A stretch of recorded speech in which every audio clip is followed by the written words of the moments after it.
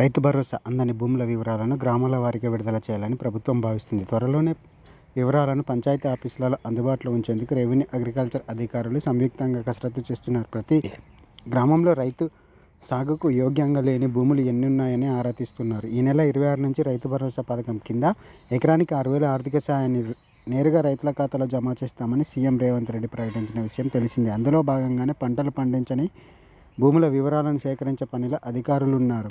Rythu Bharosa scheme కింద రైతులకు వేసే ముందు సాగుకు యోగ్యత లేని భూముల వివరాలను బహిరంగపరచాలని ప్రభుత్వం భావిస్తుంది. ఆ జాబితాలో కొండలు, గుట్టలు, వెంచర్లు, రోడ్లు, ప్రభుత్వం వివిధ పనుల కోసం సేకరించిన భూముల వివరాలు ఉన్నాయని అధికారులు పేర్కొంటున్నారు. అలాంటి భూముల వివరాలను గ్రామాల వారీగా స్థానిక పంచాయతీ ఆఫీసులలో నోటీస్ బోర్డుపై ఏర్పాటు చేయాలని యోచిస్తుంది.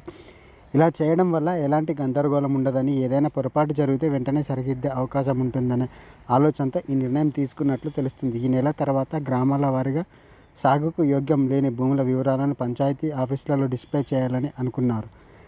దీంతో భూముల వివరాలు అందరికీ తెలుస్తాయని ఓ సీనియర్ అధికారి మీడియాకు వెల్లడించారు. రెవెన్యూ, అగ్రికల్చర్ డిపార్ట్మెంట్ సంయుక్తంగా రాష్ట్రంలో సాగు చేయని భూముల వివరాలను ఇప్పటికే సేకరిస్తున్నట్టు సమాచారం.